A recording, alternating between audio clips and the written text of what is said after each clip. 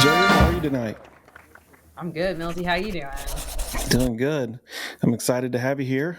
Awesome. Yeah, thanks for having me. Are you a Cleveland local or are you? Yeah, no, actually, I live near Johnson City, Tennessee. Oh, okay, awesome. That's kind of how I found you from a group of comics, and I've told this to a couple of people already, but I'm redundant sometimes, so it's okay. I'll tell you too. But I wanted the show to be funny, and I never considered just going to groups that had comics in it and be like, "Hey, does anybody want to be on a show?" And so that's ironic, I guess. So you're a comic. Yeah, here we are. Hopefully it's funny. Hopefully I'm not really trying to talk about what happens when you die or something. Oh God. Yeah, I don't know. Well, that could Yeah, be funny. it's been a crazy Monday, but we don't have No. Well, did you almost die today? to. I mean, I had to like log in at 9 a.m. and listen about didn't work. So yeah, fucking kill me. I But you have a day job. feel You're like, you. so thankful to be here though. Thank you so much. Absolutely. Yeah, I worked on video editing all day long. We went on a trip to Cancun like 2 weeks ago, and my wife has a YouTube channel, and I've been so busy like working on this because I went week to week, and I just finally took the time today. I was like, I'm going to edit this thing, and so it's going to be posting up later. But yeah, that was fun to work on all day. Oh yeah, yeah, but it's a big difference from being in Cancun to just being holed up in a basement, or I don't know Yeah, where you are, but basically basement. Yeah. yeah. Have you ever been to Mexico? No, I haven't. I would love to go. Honestly, I haven't done any of South America or Central America, anything like that. So I definitely got to explore. I Yeah. always end up going far east. Okay. I don't know why. I, Like where? what was a so the last place? Well, I did go to Greece in October. That was my first European excursion, and That's that was fun. fun. Yeah, I've been in Europe only for layovers before. Okay. Uh, but I'm into China, Korea, and where else? Is that it? Yeah, I guess that's it. Oh, cool. Yeah. That's why those places specifically, like interests or like job. Honestly, it was like tagging along with different cousins. I have a cousin who's an engineer, and he had a conference in Korea. It's Okay. called Jeju, and so I tagged along to that.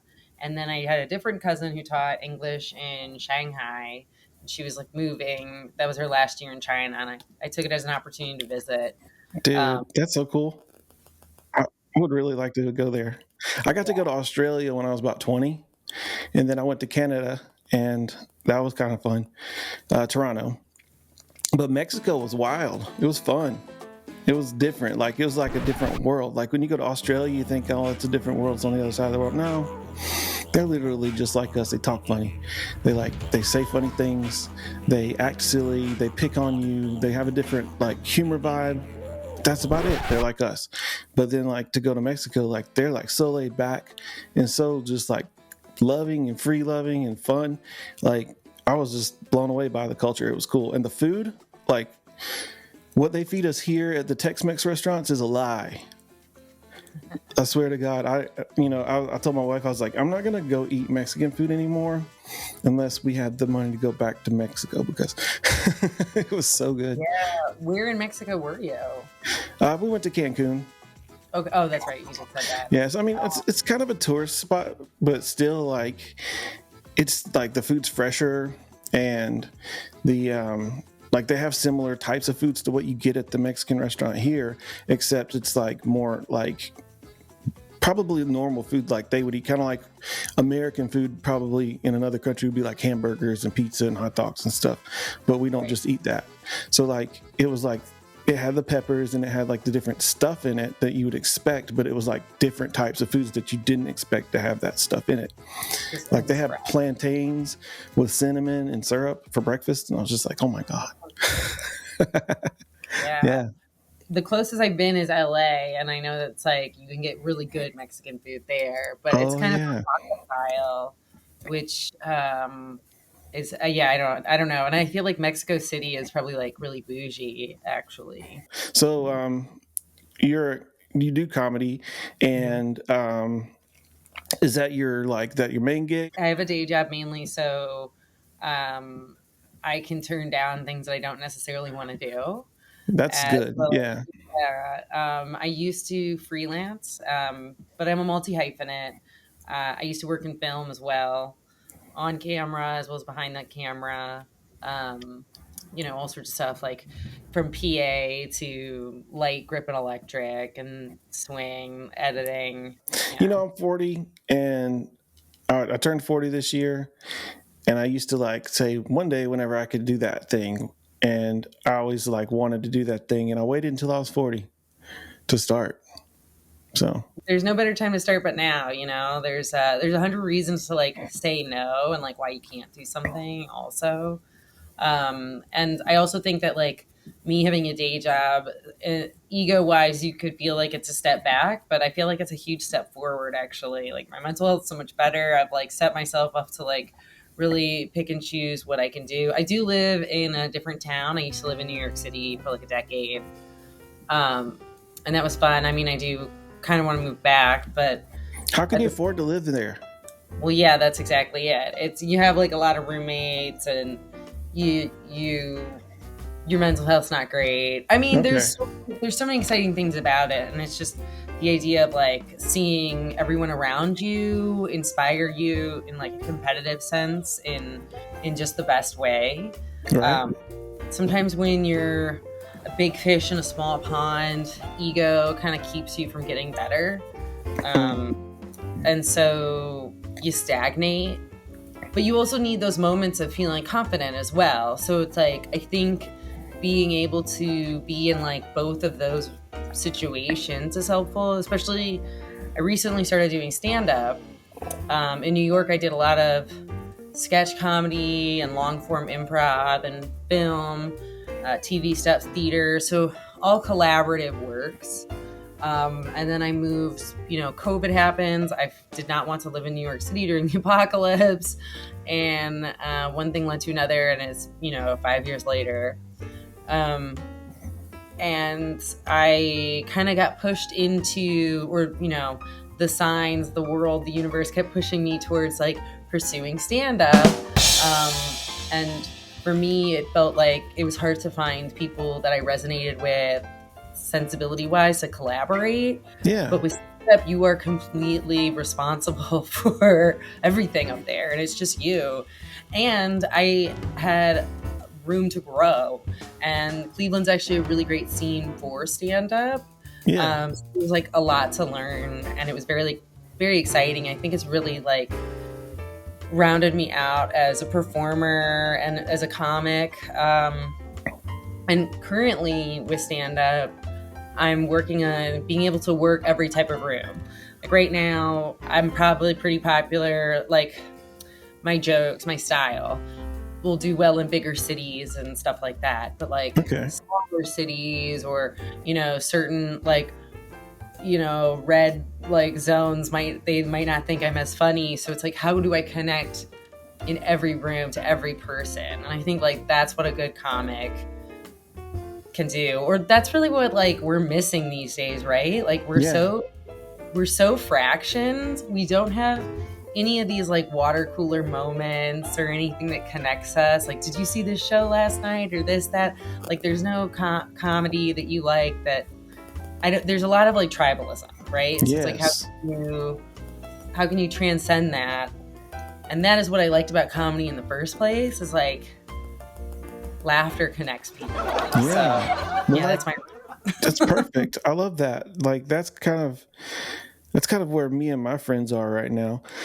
It's you're so tired of fighting with people, and I don't even engage. I don't want to engage with any political talk. I don't want to engage with any kind of thought patterns that could cause anybody to get into an argument, because I just want to be. I don't want to fight, and I just want to get along.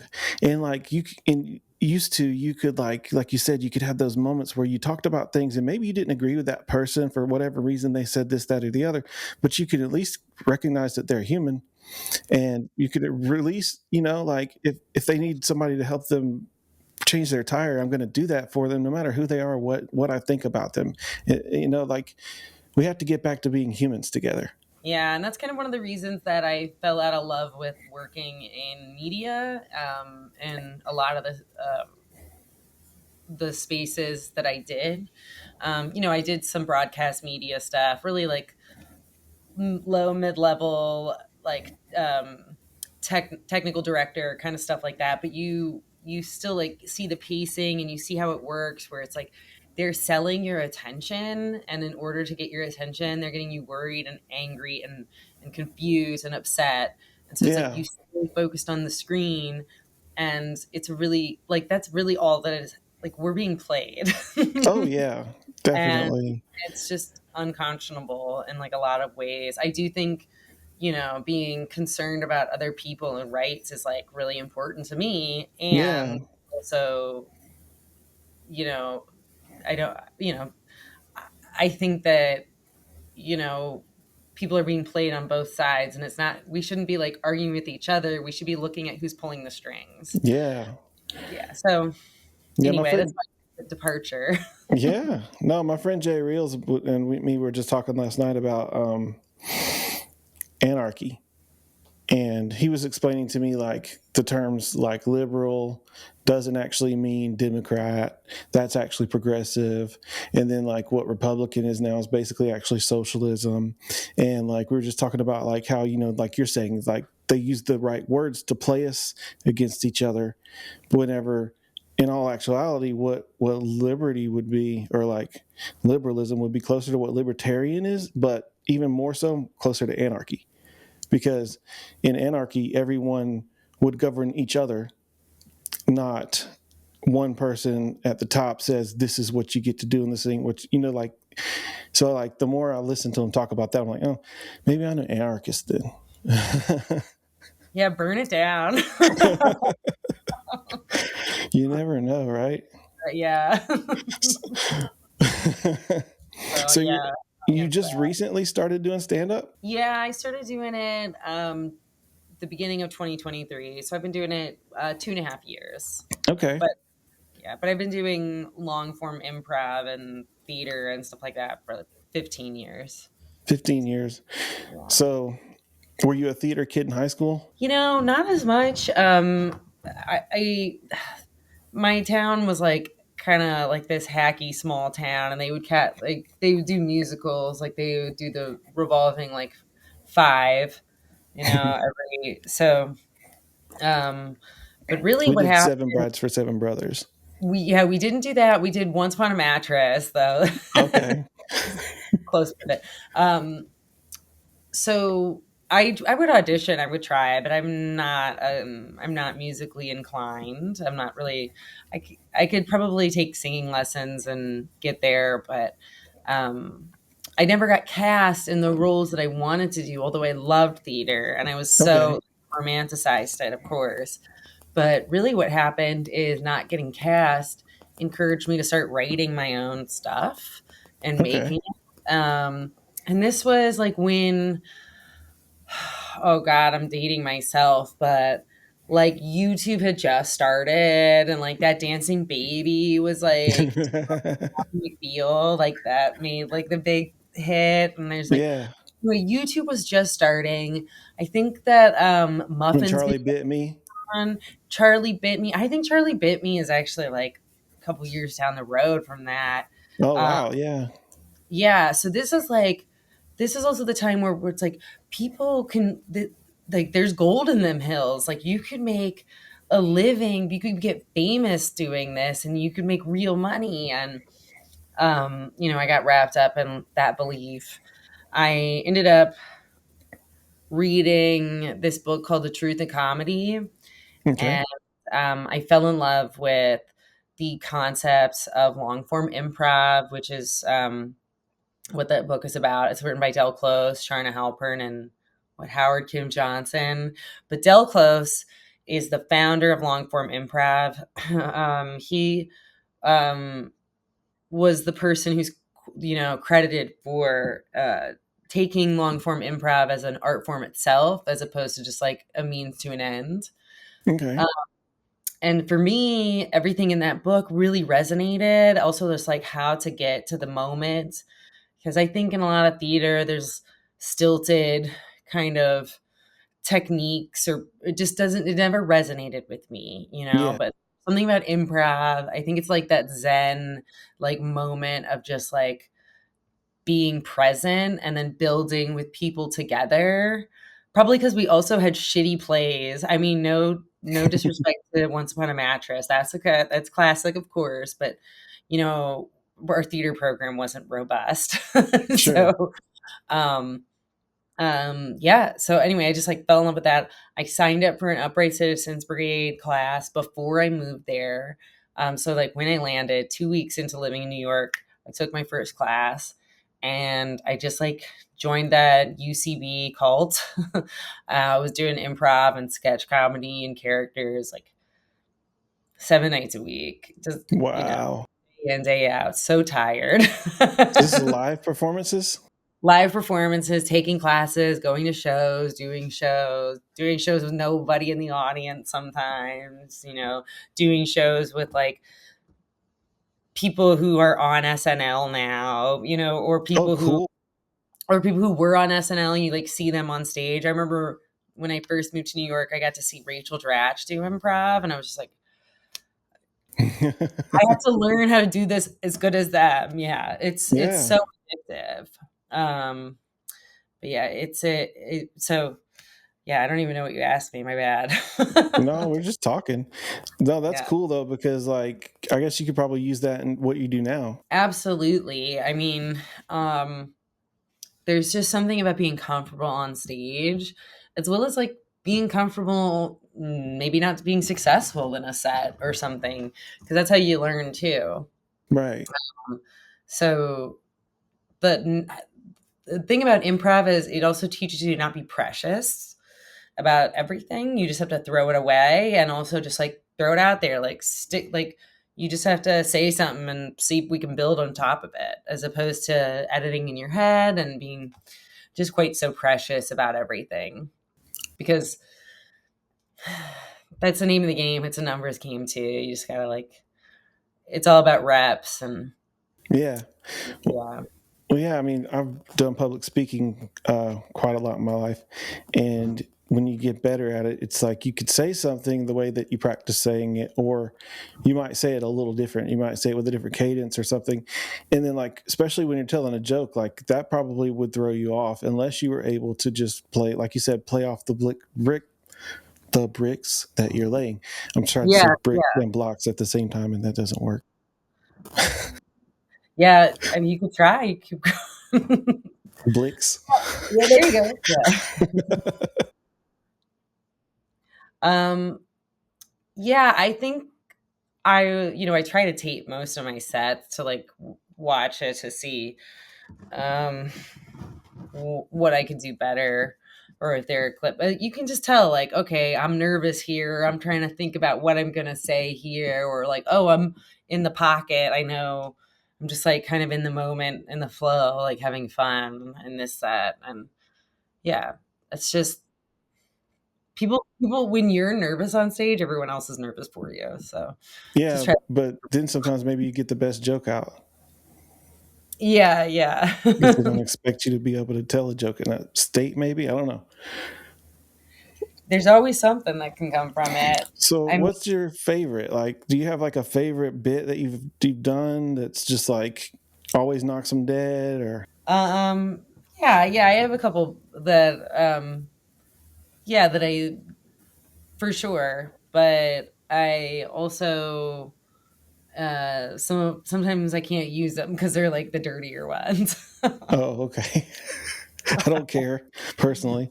Um, well, who are your influences in comedy? Like, what made you decide like I want to do that? Like, I know you started with sketch comedy and improv and stuff. So like you've always enjoyed being funny or being a part of laughs.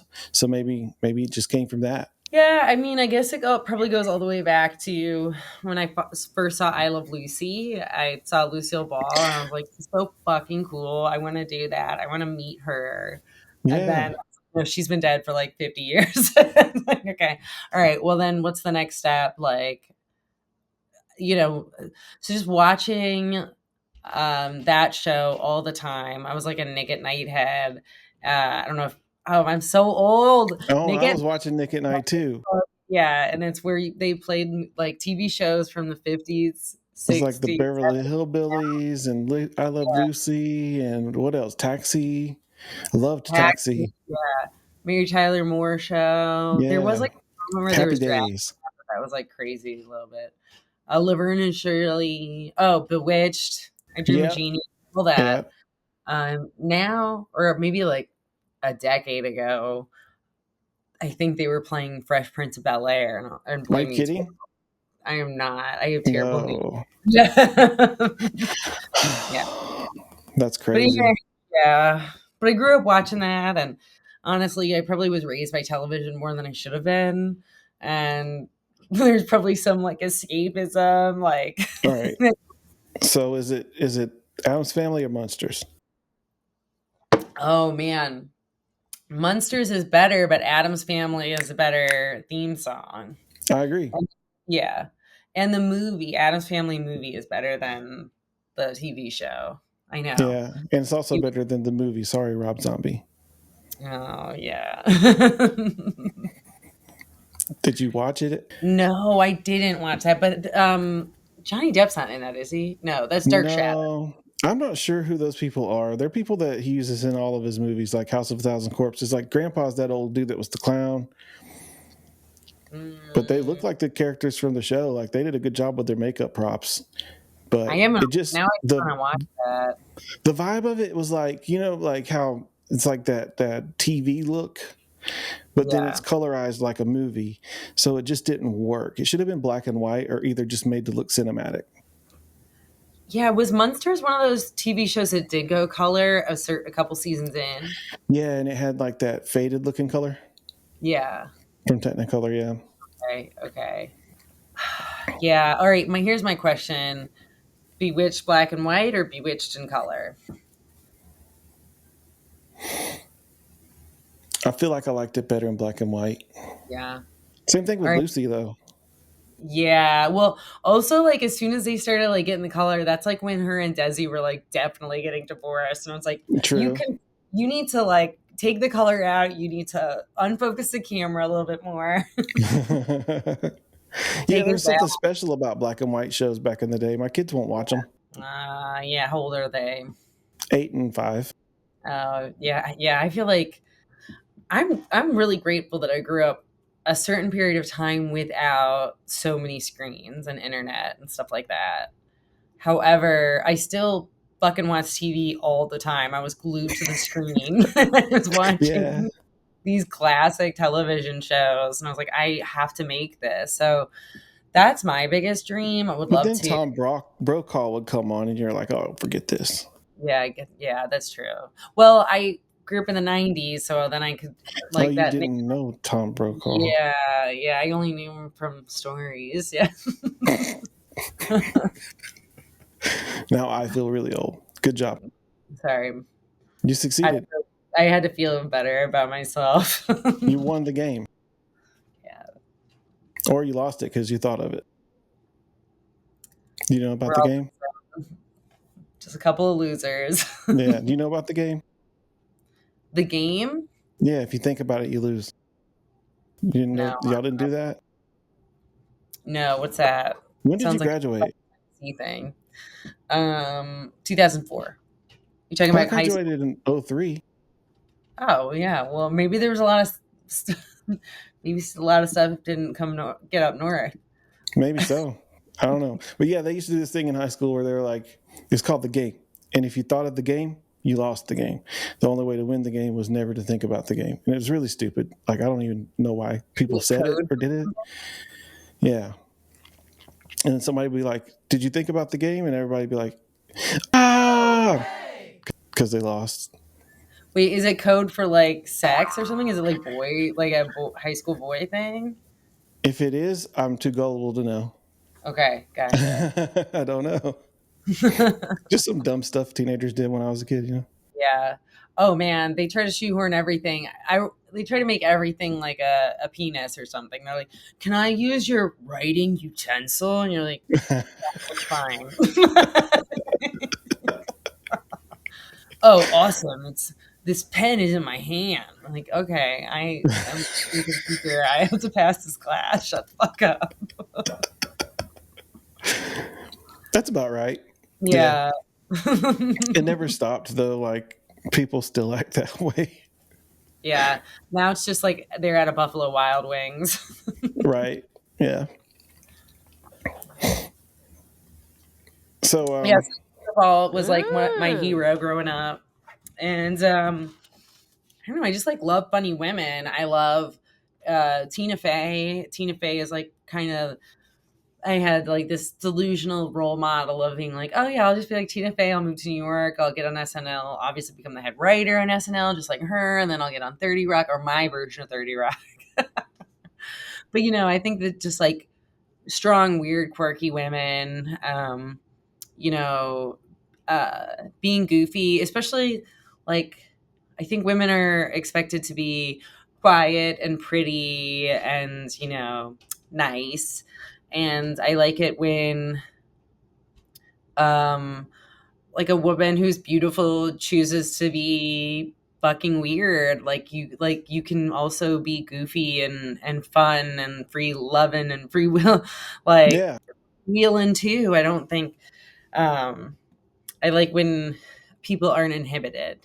Yeah. So yeah, I that's think Lisa important. Kudrow probably paved the way for that. Yeah, she definitely did. She's yeah, a role model. Her, Rachel Dratch, Amy Poehler, Oh absolutely. yeah, she was good. Mary Tyler Moore, Carol Burnett, going back Yeah. to yeah. Oh yeah, even way back then. Yeah. True. True. Dude, Amy Poehler, I forgot about. She was in Vacation. I didn't realize that until recently. I haven't seen Vacation, but she ran the theater that I was a performer at. Oh, that's cool. Yeah. I think Amy Poehler's the right person. I might be wrong. No, Amy Poehler's not the right person. Never mind. I can't remember who I'm thinking about. But there is a star who was in the movie Vacation. She played like the cousin Eddie's daughter, Okay. and then like she grew up to be an SNL star. But I cannot remember her name right this minute. So sorry about that, whoever you are. If you ever see this, Yeah. like that'll happen. Do some like Googling later and you can edit it back in. Oh sure, yeah, that's it. What about you? Who are you idolizing? Who do I love? Well, my first love was Johnny Carson. Okay. And I used to like when I was like 3 years old, whenever it would be the time for Johnny Carson to come on, I guess I was asleep. Maybe I had to wake up. Maybe I peed my diaper and was awake. I don't know what happened. And I'd hear the Tonight Show coming on, and I'd run down the hallway saying, and my parents would actually let me get up and watch Johnny Carson do his monologue at the beginning of the show and then put me back to bed. And Oh, I thought something that was magical fun. about being up when you shouldn't be too. Yeah, yeah. So that's kind of like the first person that I ever thought was funny. And the only reason I thought he was funny really at that age probably was just because everybody else was laughing. But I knew that Yeah. you were supposed to laugh at that and that people thought that that was cool. I was like, oh, okay. And then like I remember listening to Jerry Clower with my parents in the car. Um, he's big in the South. And then there was Ray Stevens. Have you ever heard of him? No, Ray Stevens. Yeah. So Ray Stevens is like an old songwriter kind of guy.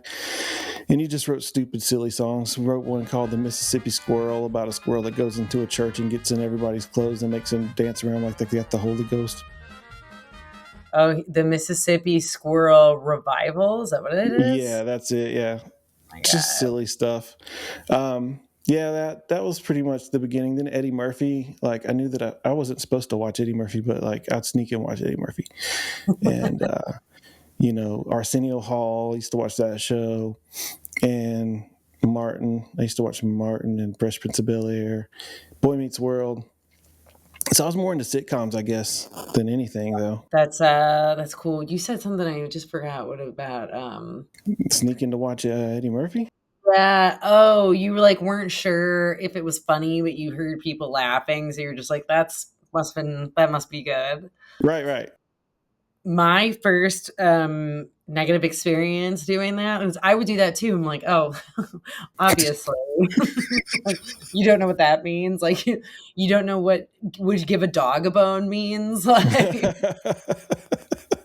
and so I was just like a dumbass watching Wayne's World over and over and over.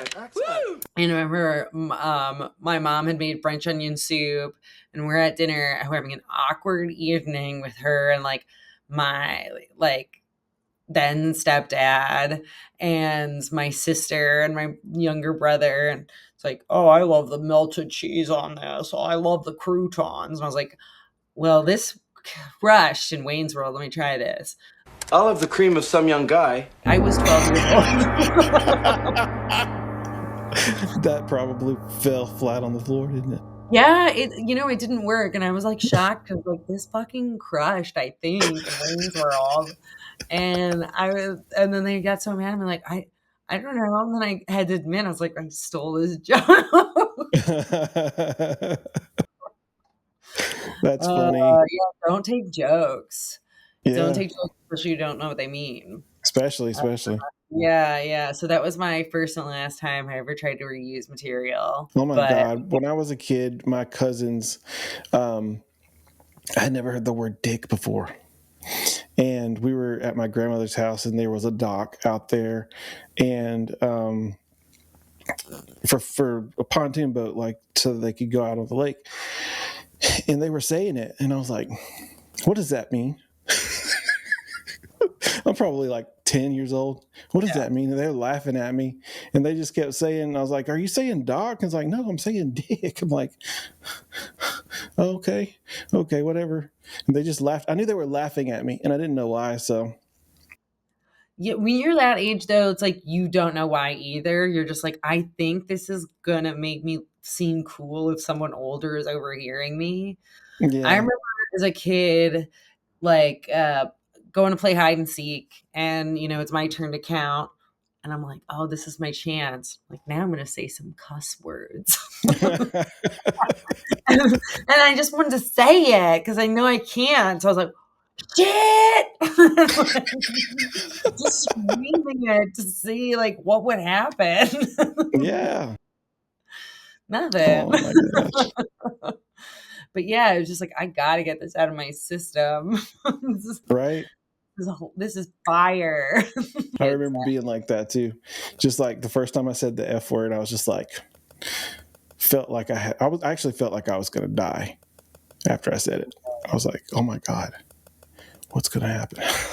You probably went to a strict church or something, huh? Yeah. Yeah. I was raised in one. Yeah. Yeah. My dad was a pastor. Yeah. Oh, Actually, yeah. for a little while, I was too. Oh, wow. Yeah. So what do you instill that same fear in your children if they gonna curse? No, not at all. No, I tell them it's adult words. Yeah. I prefer you don't say it because people are going to look at you a certain way, and it's not fair, but it's what it is. And you need to learn the difference between being professional and just having a good time. And if they say it around the house, like they don't really get in trouble, I'll say, hey, this is adult words. Don't say that. Yeah. That's pretty much it. Well, I mean, people are just going to push a boundary, if you give it to them. So they're going to be like, what's on the other side of that anyway? Right. I used to love telling my mom, I'm going to say the F word and then say like feather. Like, that's enough. Yeah. Oh my God. My 5-year-old daughter already does that. Yeah. She'll say something very similar to that nearly every day. It's hilarious. And I'm just like, please don't say that at school. Yeah. It's kind of like an improv exercise, but it is like antagonistic and right. Okay. trying to like stress your parents out. That's a good idea. Yeah, the first time I said that word in front of my mom, I was probably an adult, and she like ran up on me and like sat in my lap and like bah, bah, bah, bah, bah, on top of my head. She was mad. Oh wow, yeah. And it was laughable. I mean, she couldn't hurt me, but she was just like beside herself. It was funny. Oh, geez. Yeah. I kind of feel bad Okay. about it now, but at the time it was like I laughed so hard. You're from the South too, so you don't have anybody like kids calling their parents by their first name or anything, right? Oh my God, no. I have some, well, they're cousins through like my like the stepdad thing. I Hmm. say that because I got divorced, so it's like he's not my stepdad, but he's my brother's dad. But Okay. there's like some family there, the cousins, and they're like, I don't know, they're kind of like granola, like Pacific Northwest, like energy, like doing like, but doing well. And it's like we like let our kids call them like Stan and Lita. And it's just like, what the fuck? My mom was like, you did not do that to me. That's But hilarious. it's like, I think it's cool that they have that, but it always felt a little weird. It was like, your roommates? I don't know. I don't know. But now at this age, now that I'm in my 30s, late 30s, it's probably, you know, you kind of like want to have that connection with your, I don't know.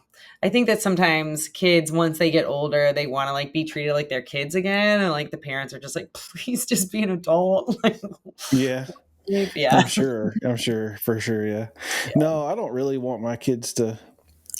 I do want that connection with them, but I don't want them just to call me by my first name, because there are already like these issues with um, boundaries and them thinking they can just do whatever all the time and never, and like they like don't want to listen to some rules.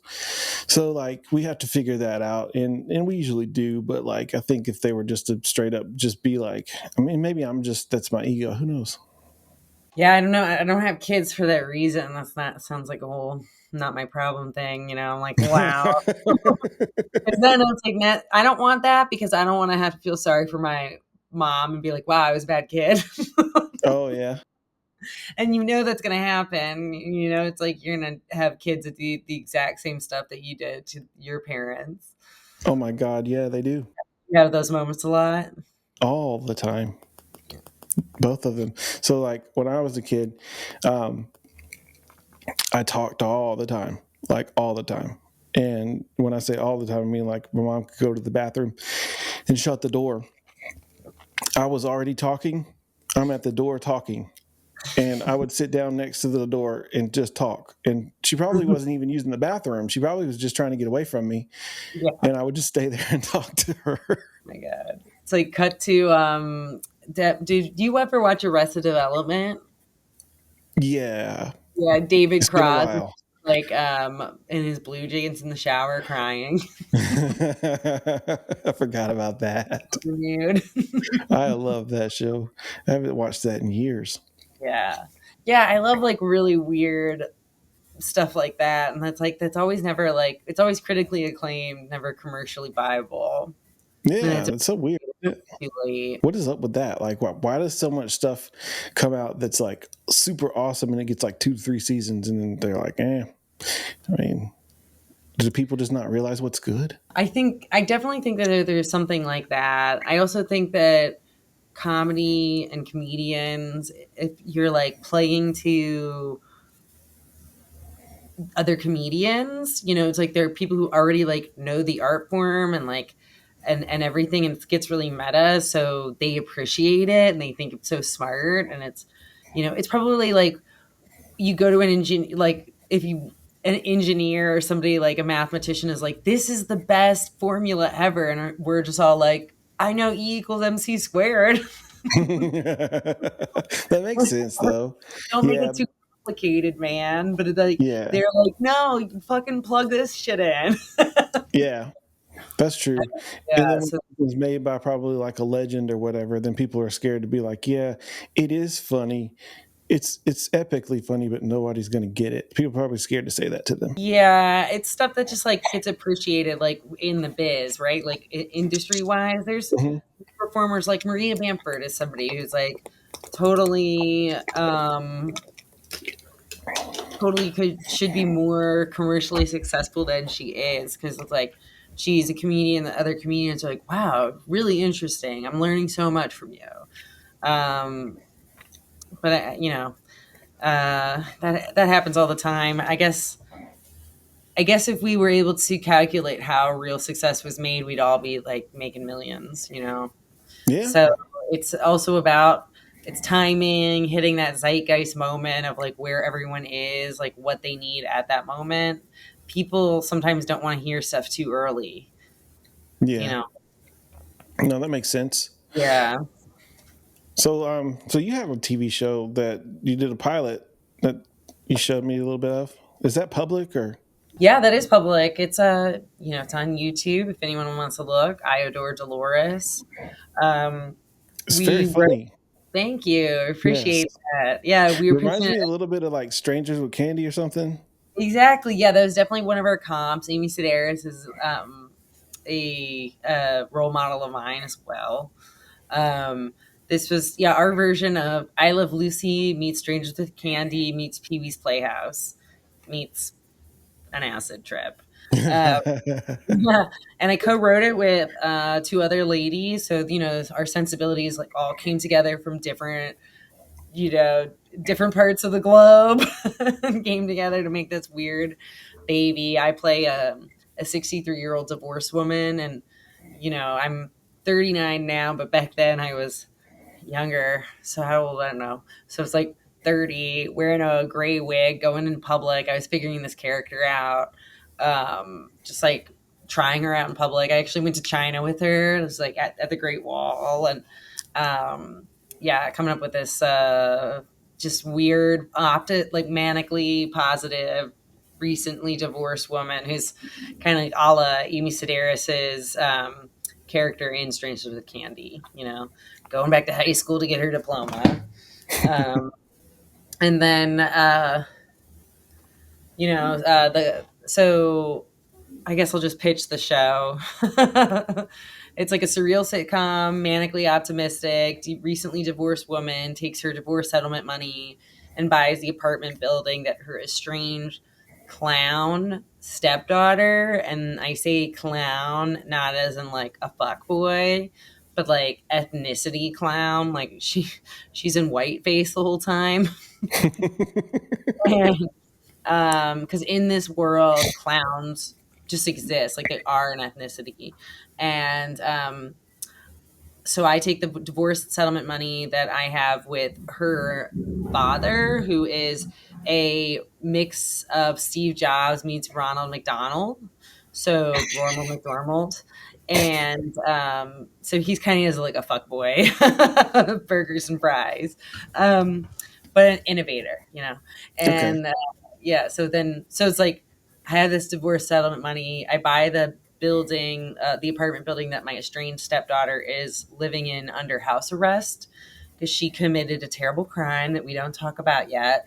And then, through the season, we like connect these women.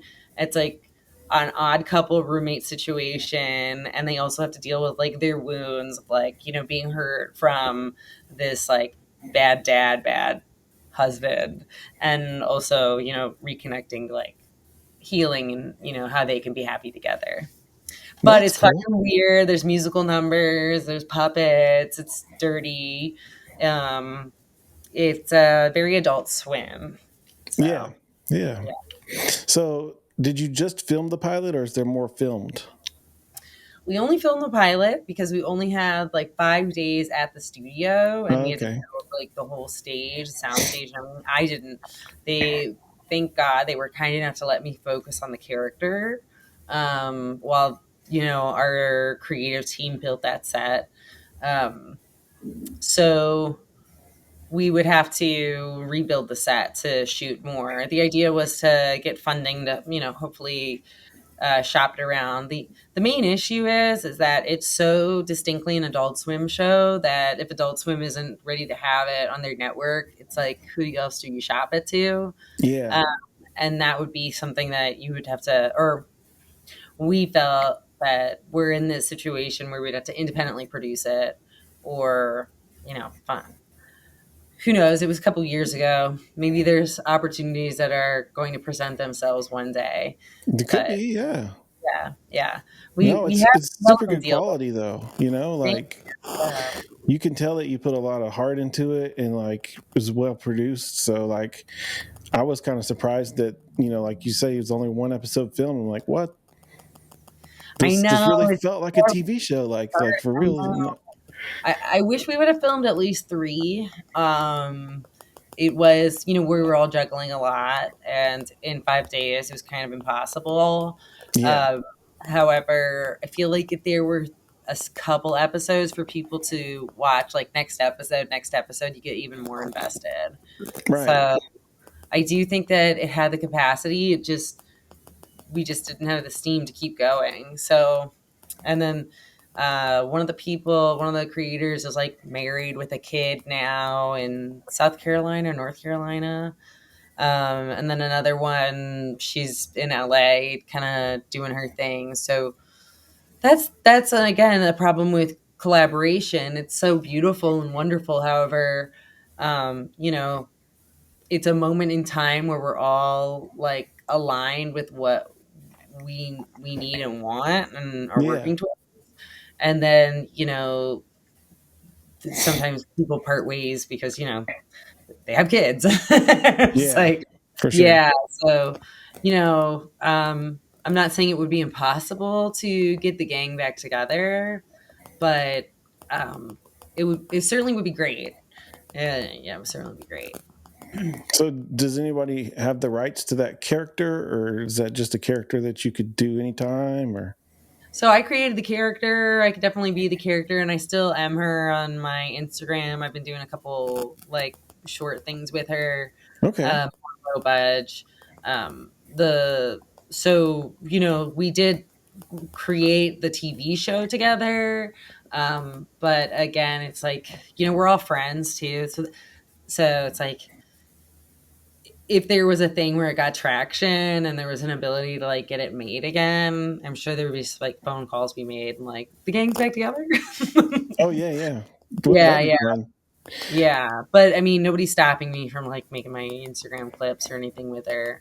Yeah, I was just And it's thinking, so me that it's kind of hard to argue that it's anything. The way I created the character, I got invited to a couple different ways. I got invited to a Halloween party. I didn't have a costume, and so I just pulled together this wig, and I had this like man's button-up shirt with a bunch of blood stains on it from a previous sketch that I shot that never made it to air.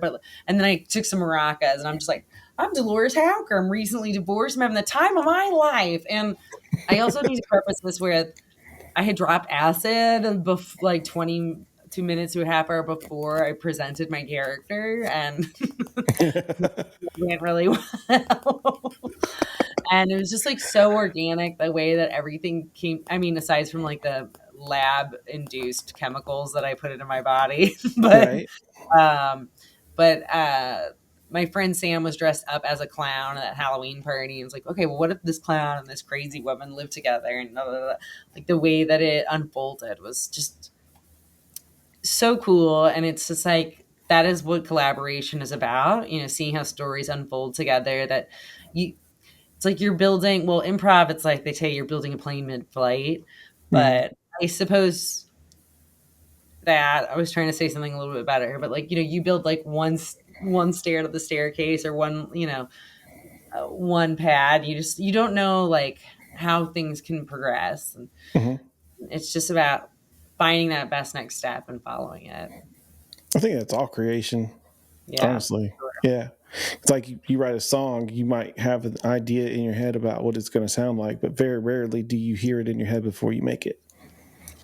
yeah. Ira Glass has a great quote about like your skills. Like the reason that you got into this craft is because you have good taste. Mm. And usually your final product doesn't match like what your taste level is. Like there's a gap between like the final product and what your sensibilities are and how you would have like envisioned it. So with becoming a creator, it's about over time trying to close that gap, like trying to get closer and closer to like how you would have completely envisioned it. Now, obviously with collaboration with art, it's never going to be like that. You know, there's a lot of different parameters that can change stuff and morph it, but it's you know, just an inspiring quote also about just like keep moving forward even if what you make didn't meet your expectations. It doesn't mean that it wasn't progress. Right. That's Yeah. awesome. Actually, that's a really cool thought. Yeah, I'll send Um, you a little clip of it. yeah, please His do. quote. Now, don't you correct me if I'm wrong? I might be thinking about somebody else, but I think it was you. Don't you do workshops? I do. Yeah, I've been teaching improv in this area, so I'm in Cleveland currently. Um, so you know, studied in New York and LA, and kind of like bringing the skills that I've learned to people, you know, here. Currently, just trying to build a community too. I think improv is just such a great skill for people to learn any creatives. Like you don't have to say like I want to become a famous improviser or sketch performer or stand up or actor, although those Maybe you are want to all be a good salesperson. yeah, or maybe you just want to be a good person and like learn how to listen to your wife or like your husband. I mean, there's like so many different things. It's like improv is so great for, but yeah, soft skills that can lead to like better profit sharing for shareholders. Stuff like How? that. Okay, explain the connection between improv and business world or personal life. Well, I think a lot of times, so the best improv is when people are present and actively listening.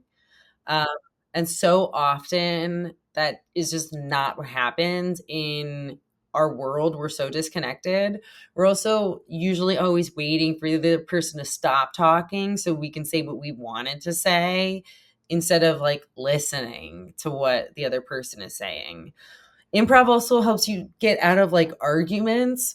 One, because improv, they say like don't argue because it's not conducive to like a good scene. So you learn how to like get out of arguments. And usually it's by like listening and acknowledging and validating and all of these things that like we just don't do as people anymore because as I said previously, we're people's and we're buying people's attention, right? And we're buying it by making them angry and looking at the screen and getting like worked up.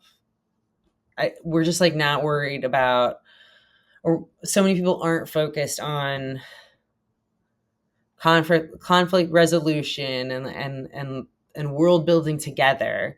The biggest tenet of improv is yes and, right? You're supposed to like honor what the other person is saying and then help add to it. And then so it's the other person, you know, versus what do we have mostly right now? We're like, no, you're fucking wrong. You're wrong. Shut Right. up. You know. Yeah. Um, so those are just a couple of things. I think just adaptability, learning how to work with people, learning how to do something even when you're scared, you know, learning how to be authentic in improv. Right. There's something like you shouldn't be coy. You got to say exactly how you feel up front.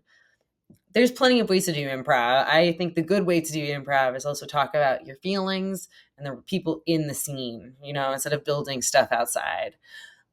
So teaching people how to be mindful, to focus on their feelings and to communicate them. The goal, yes, is to create a good improv scene. However, if you learn how to do that stuff, you can navigate life so much better than so many people. So many people don't even know why they're so angry. And then, you know, and then they like numbing themselves with, you know, drugs or alcohol or sugar or, you know, television. And then they get cancer and they don't know why. And they're blaming this and that. And it's just like, I really think that improv can like change the world. I Hey, really do. I mean, that's I think it's awesome. like, yeah, it's a gateway drug to other good drugs. Yeah. Yeah, and like I don't mean I say drugs, but you know what I mean. It's a gateway Well, to dopamine is the motivation for life. yeah, Naturally, we don't need drugs because we have dopamine in our body. yeah, And I was listening to a guy talk the other day on Rogan, and he was talking about how I think it might have been Theo Von show. I don't remember. talking about dopamine anyways, but he was talking about how like It could be on everything either. that you do, what? I said it could have been on either one. Yeah, either one, seriously. But like basically like everything that you do, it's like about getting to that thing. Like you think that you want to, accomplish this thing, so you work really hard, you get there, and then it's over, and it's like, oh, well, now your dopamine drops down below what it was at baseline. It can be, a drug, it could be sex, it could be an accomplishment, or whatever it is. The dopamine builds as you grow to the climactic, whatever the event. Yeah, and it's like learning how to, even what that is, or like what that rhythm is too, is like important. Like, are you in tune with your body? Like, are you breathing? Like, right. A lot of times people think like, oh, this PS5 will make things better. And I don't know why I'm angry. And, like, I don't know why I still feel bad or something like that. And it's just like, we're not connecting with people is probably what it is. But Probably, that's why I love improv. Yeah. No, I like that. That's a cool explanation. Yeah. I also believe, and I'm a proponent of going outside and putting your feet on the ground. Oh yeah, 100%. Like touch grass, as the kids say. But yeah, like we moved to where we live because there's lots of nature trails that we can go hiking and just get outside, get the kids out in nature. We used to live in Savannah, Georgia, and only moved there for work, but it was like so busy all the time. There were so many people there. They were moving there from all over the place. They built a Hyundai plant there, so like 70,000 more people were moving in. I don't remember, lots more. Wow. And it just became so bad that like it took an hour or so to go 18 miles to work. And I'm just like, I don't want to live like this. Yeah. So we try to find a place where you could get away from all that. That's why I moved back to this area too. I needed to be around some nature and stuff. Very cool. Important. Well, if you want to, you could tell me one of your favorite jokes. All right, my show is okay to do that on. I'll tell you some dad jokes. So, you know some? Yeah. I recently started donating plasma, and that's been pretty scary, but it's been rewarding feeling knowing that I'm saving televisions around the world. So. It's actually a really funny dad joke. Yeah. Good job. That one always does well. Yeah. It's very good. Well, I've enjoyed myself here, and hopefully you have too. Yeah, thanks for having me, Milty. I hope that your podcast really takes off. I mean, it's been nice connecting, especially, we're on the same coast, I think, but we're in different states and everything, so it's just nice meeting new people. So for sure, yeah. Hopefully one day we'll get to do this again. Yeah, absolutely. Hit me up anytime. Now that I got this mic to work, I'm ready to rock. Awesome. If you enjoyed the show tonight, then hit that subscribe button, and why don't you go on over to my Patreon and check that out as well. If you got this far, maybe you wouldn't mind supporting so that I can continue to make this great content for you. As always, thanks for following. Like, share, and subscribe, and let me know what you thought about this in the comments. Thanks for being part of Milty's World. Love y'all.